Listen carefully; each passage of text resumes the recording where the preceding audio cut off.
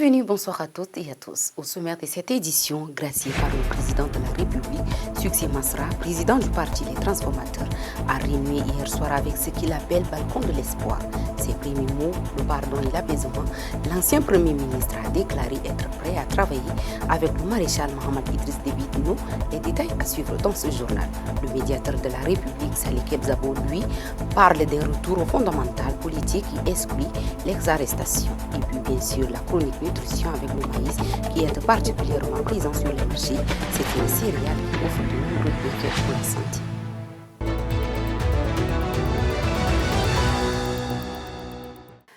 Mesdames et messieurs, une fois de plus, bienvenue à toutes et à tous.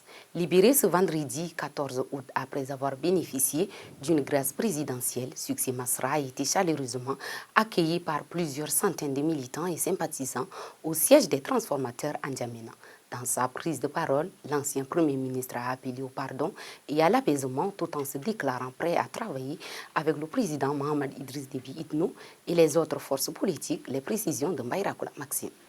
Vendredi soir, aux environs de 23h30, Succès Masra a retrouvé la liberté après plusieurs mois de détention. Escorté jusqu'au siège de son parti, il a été accueilli dans une ambiance festive. Musique, chant, hymne national, cris de joie et you ont accompagné son arrivée devant une foule venue lui témoigner son soutien. Souriant et visiblement en bonne condition physique, l'ancien Premier ministre, les cheveux et la barbe plus longue, a esquissé quelques pas de danse avant de prendre la parole depuis le balcon de l'espoir. Dans son discours empreint d'émotion, Succès Masra a d'abord rendu grâce à Dieu et remercié le chef de l'État pour la grâce présidentielle. Il a estimé que son passage en prison avait renforcé sa foi, ses convictions et sa détermination. Tout en réaffirmant son innocence, il a choisi de placer son retour sous le signe du pardon. « J'ai pardonné », a-t-il déclaré, invitant ses militants à ne pas céder à la revanche. Il les a appelés à garder un cœur ouvert et à regarder vers l'avenir. Sur le plan politique, le président des transformateurs a tendu la main au pouvoir. Il s'est dit disponible pour travailler avec le chef de l'État et l'ensemble des forces politiques afin de contribuer à l'avancement du pays. Succès Masra enfin appelé à bâtir un Tchad de paix, d'unité, de justice et de dignité pour tous. Son discours ouvre ainsi une nouvelle séquence politique placée sous le signe du dialogue et de l'apaisement.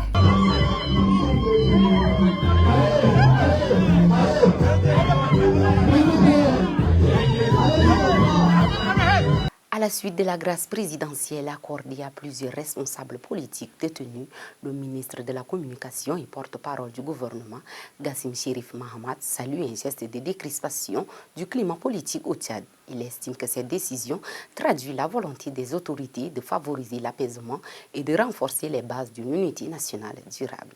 La grâce accordée à quelques leaders politiques qui étaient en prison. Ça entre dans le cadre de la politique de réconciliation nationale, de la cohésion sociale, de la paix qu'il a toujours prôné, le chef de l'État, le maréchal Mohamed Idriss Déby Itno. Donc nous saluons hautement cette décision. Et si vous vous souvenez, dans son discours, il a dit quelque chose de très important, qui m'a interpellé à titre personnel. Il a dit qu'aucune province du Tchad, aucune communauté du Tchad, aucun parti politique, aucun homme seul du Tchad ne peut construire tout seul le Tchad. Donc je paraphrase un peu ce qu'il a dit, mais en filigrane, en substance, ce que le chef de l'État a dit, c'est qu'il n'y a pas un seul pan du Tchad qui peut seul construire le Tchad, relever les défis de notre pays, les défis en matière de développement, les défis en matière d'éducation, de santé, etc. Donc ces défis sont énormes et c'est ensemble que nous pouvons les relever ensemble dans la paix, dans la réconciliation. Et donc, ce message, c'est aussi un appel à l'humilité. Parce que lui aussi, le chef de l'État a fait preuve d'humilité, a fait preuve de grandeur, de pardon. C'est ce qui a occasionné aujourd'hui la libération de nos frères tchadiens qui sont dans des partis politiques aujourd'hui, qui sont graciés par le chef de l'État. Donc nous devons en tirer les leçons et tourner la page et continuer ensemble à œuvrer pour la paix, à œuvrer pour le développement, le vivre ensemble dans notre pays. Je pense que c'est un moment très important, au-delà de l'émotion que ça a suscité, qui est légitime dans nos populations. Chacun et chacune de nous doit comprendre la portée de ce geste posé par le chef de l'État. Grâce présidentielle au profit des leaders politiques, Saleh Kebzabo, médiateur de la République, félicite le président de la République pour son acte. Il qualifie des retours aux fondamentaux politiques qui excluent les arrestations suivies. C'est évidemment un acte hautement politique. Et je voudrais d'ailleurs en profiter pour l'en remercier et féliciter le président de la République d'avoir eu le courage de libérer tous ces hommes politiques dans un contexte marqué par une certaine chaleur politique. J'entends par là que depuis quelque temps, en effet, on a l'impression que sur le plan de la politique intérieure, il y a un petit craquement au sein de la machine. Et donc un geste comme celui-ci qui intervient dans ce contexte, je pense, est de nature à libérer des énergies de façon plus positive et de contribuer plus qu'à l'apaisement, de contribuer vraiment à faire en sorte que les choses se calment, que la tranquillité et la quiétude reviennent et que, pour ce qui concerne les hommes politiques, qu'on revienne aux fondamentaux. Les fondamentaux de la politique excluent les arrestations. Les arrestations politiques perturbent le jeu politique. Les arrestations politiques créent beaucoup d'incertitudes et amènent beaucoup de crispation, de frustration et des radicalisations de situations qu'on ne doit pas souhaiter. Donc, dans ce cas-là, je pense que le président,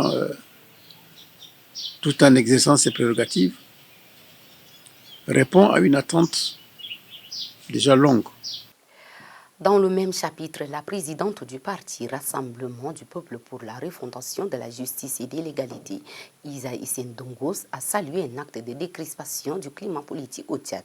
Pour elle, la grâce présidentielle accordée aux responsables politiques témoigne de la volonté de bâtir une unité nationale durable. Écoutez.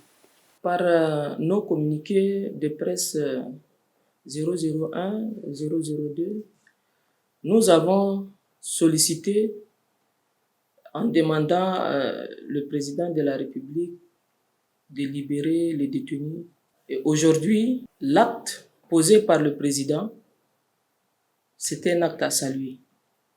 Même l'apaisement politique est déjà là. Le 11 août 1960, le Tchad a été proclamé indépendant et souverain. Et sur cette date, aujourd'hui, le président de la République a rendu ces dates plus historiques encore, en libérant les détenus politiques, en les graciant. Nous encourageons le président de la République, le maréchal Mohamed Idriss Déby Itno, de continuer davantage et sur cet élan. Il a toujours tendu la main, non seulement aux partis politiques, mais à tous les fils et les filles du Tchad. Pour lui, c'est-à-dire, ensemble, on va construire le pays. Dans le cadre de ses actions en faveur de la santé et du bien-être des populations, le mouvement Les Jeunes avec Midi a organisé ce samedi une opération de sensibilisation et de distribution des kits de prévention contre le choléra. Lancée aux abords du marché Taradona à Chagua dans le 7e arrondissement de N'Djamena, l'opération se poursuivra dans plusieurs zones à risque de la capitale. Reportage de Tanso Hanta. C'est au domicile du chef de carré numéro 19 que le coup d'envoi de cette opération a été donné. Membres du mouvement Les Jeunes avec Midi, notamment ceux issus du secteur sanitaire, ont sensibilisé les habitants sur les modes de transmission du choléra ainsi que sur les mesures essentielles pour s'en protéger. Si cette bactérie qu'on appelle Vibrio cholérique touche l'organisme, ça détruit rapidement les choses. En une fraction de seconde, tout l'estomac et les autres organes, les intestins autres là, tout est liquide. Et il y a le vomissement et la diarrhée qui s'ensuit et la personne est déshydratée. Donc rapidement la personne perd sa vie. Raison pour laquelle nous ne voudrions pas arriver à ce stade de perdre la vie parce que nous, On veut que la population vive sainement. À l'issue de cette séance de sensibilisation, le président du mouvement Bonheur Mortordé a procédé à la remise officielle d'un kit de prévention à l'épouse du chef de carré. Très ému par cette initiative, la bénéficiaire a exprimé sa satisfaction et a salué l'engagement des membres du mouvement en faveur de la santé des populations. Considérée comme une zone à forte affluence et donc particulièrement exposée au risque de propagation du choléra, le secteur du marché Taradona a constitué la première étape de cette campagne de proximité. Pour le président du mouvement Les Jeunes avec Midi, la jeunesse ne peut rester en marge de cette urgence sanitaire. Il appelle ainsi à une mobilisation collective pour renforcer la prévention et limiter la propagation de la maladie. Le choléra est une question d'urgence nationale et en étant une organisation qui soutient le maréchal du Tchad, qui soutient ses actions, nous ne pouvons pas rester indifférents face à ce danger qui est en train de guetter notre société. Et notre mode opératoire a toujours été d'être utile pour notre société. Nous ne pouvons pas soutenir la politique du président de la République par des discours ou bien par des posts sur les réseaux sociaux. C'est dans ce sens que nous avons lancé cette opération qui consiste à distribuer des kits de prévention et de protection contre le choléra, tout en lançant des messages de sensibilisation pour lutter contre cette maladie. L'opération de sensibilisation et de distribution des kits se poursuivra dans les prochains jours dans d'autres quartiers de N'Djamena avec pour objectif de toucher davantage la population et de contribuer à freiner la propagation du choléra dans la capitale. Ferveur et mobilisation au rendez-vous ce samedi 15 août à N'Djamena. Des cadres, des chefs traditionnels, familles, amis, connaissances, fils et filles du Mandolo occidental se sont réunis pour rendre hommage à un fils du pays, Aladoum Désiré Nadongar, pour sa nomination au poste de ministre secrétaire d'État chargé du pétrole, des mines et de la géologie. Ils ont également adressé leur reconnaissance officielle au président de la République pour sa considération. Le point avec Biaktibo Emmanuel. Une cérémonie à l'allure des fêtes. Au devant de la scène, Aladoum Désiré Nadongar, ministre secrétaire d'État chargé du pétrole, des mines et de la géologie. Il a été nommé en avril dernier. 4 mois après, les chefs traditionnels, familles, amis, connaissances, un fils et filles du Mandolo occidental lui rendent hommage. Le message est clair, la base est mobilisée et unie derrière le fils du terroir. Aladoum Désiré est un cadre reconnu pour son engagement au service de la nation tchadienne et de sa communauté. Les reconnaissances sont également adressées au président de la République, Mamadou Idriss Déby Itno, pour le choix porté sur l'ancien directeur général de Tchad Petroleum Company. Cette distinction, qui constitue une étape majeure dans son parcours, est avant tout la reconnaissance de ses qualités. Cette mobilisation passe pour un signal fort. Pour beaucoup, c'est un symbole d'unité qui célèbre l'élévation de leur fils. Nous, parents, on n'a pas seulement le droit, mais une obligation de témoigner la volonté et la confiance du chef de l'État vis-à-vis de notre communauté. Pour son épouse, il incarne les valeurs de travail, des rassemblements et de développement. En parle-t-elle d'une inspiration? On doit se dire qu'on n'a pas besoin d'avoir des inspirations d'outre-mer. Monsieur Aladoum a tracé un chemin. L'acteur du secteur pétrolier dédie sa distinction à sa communauté et à tous ses soutiens. Il promet. La main sur le cœur, je vais m'investir à fond pour accomplir cette mission avec loyauté, rigueur, intégrité et dévouement. Votre confiance m'encourage. L'assistance lui a témoigné la confiance avec une remise de présents symboliques. Pour elle, Aladoum Désiré reste une voix qui porte. Le Centre de formation professionnelle Global Service Electromax a organisé ce 15 août la cérémonie solennelle de remise des parchemins aux lauréats de sa 5e promotion. Organisée à la Bibliothèque nationale, la cérémonie a réuni apprenants, parents, responsables associatifs et cadres de l'établissement. Les explications de Mohamed Brahim. Cette cérémonie marque une étape importante dans le parcours des apprenants de la 5e promotion du Centre Global Service Electromax. Après plusieurs mois d'apprentissage, d'efforts et de persévérance, plus de 300 lauréats ont reçu leur certificat sous les encouragements de leurs parents, proches et invités. Baptisée Naïma Moussa Abdelmouti, cette promotion vient ainsi de franchir une nouvelle étape vers le monde professionnel. Pour le président directeur général du Centre Global Service Electromax, Nasser Abdallah Cheher, cette cérémonie est l'aboutissement de plusieurs mois de sacrifices et constitue une occasion de valoriser la formation professionnelle comme un véritable levier d'insertion des jeunes. Chaque bourse accordée, chaque formation dispensée est le fruit de notre détermination collective. À vous, chers lauréats, je souhaite dire ceci. Vous êtes le preuve vivant que la passion et le travail acharné peuvent mener à des fins remarquables.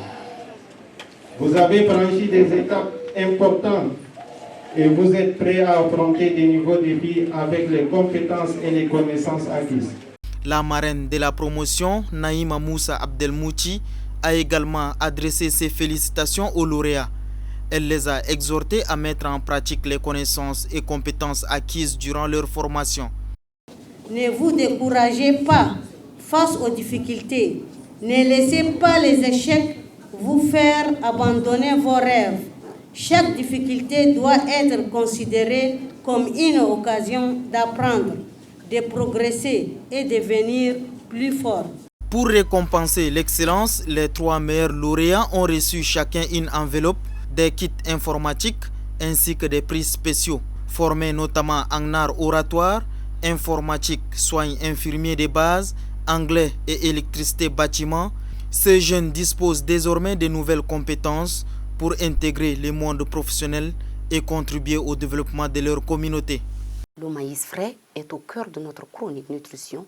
En cette période de récolte, il est particulièrement présent sur les marchés, les abords de rue. C'est une céréale qui offre de nombreux bienfaits pour la santé. On retrouve Biaktibo Emmanuel une fois de plus. Alors que la saison de pluie bat son plein, les variétés de cycles courts comme le maïs inondent les rues et les marchés de N'Djamena. Pour de nombreux consommateurs, sa présence est un soulagement, quand bien même le prix reste encore élevé. Le maïs frais est surtout très apprécié, si certains le préfèrent cuit, d'autres aiment quand il est bien grillé. Il peut se présenter sous différentes couleurs, jaune, blanc, rouge, bleu, violet ou noir, et sa saveur varie selon le type d'antioxydants qu'il contient. Les nutritionnistes estiment que grâce à sa teneur élevée en zéaxanthine et en lutéine, des caroténoïdes à action antioxydante, il contribue à maintenir la santé oculaire en protégeant les yeux contre les dommages causés par des rayons ultraviolets du soleil et par la lumière bleue émise par les écrans, aidant ainsi à prévenir la cataracte et la dégénérescence maculaire. Le maïs aide aussi à renforcer le système immunitaire. Il est riche en bêta-carotène, un caroténoïde qui stimule les défenses naturelles de l'organisme et contribue à réduire les durées des maladies comme la grippe et le rhume. Il est également riche en fibres, donc il ralentit la digestion des aliments dans l'estomac, ce qui prolonge la sensation de satiété tout au long de la journée et aide à contrôler la faim. Mesdames et messieurs, c'est la fin de cette édition. Merci à vous de l'avoir suivi.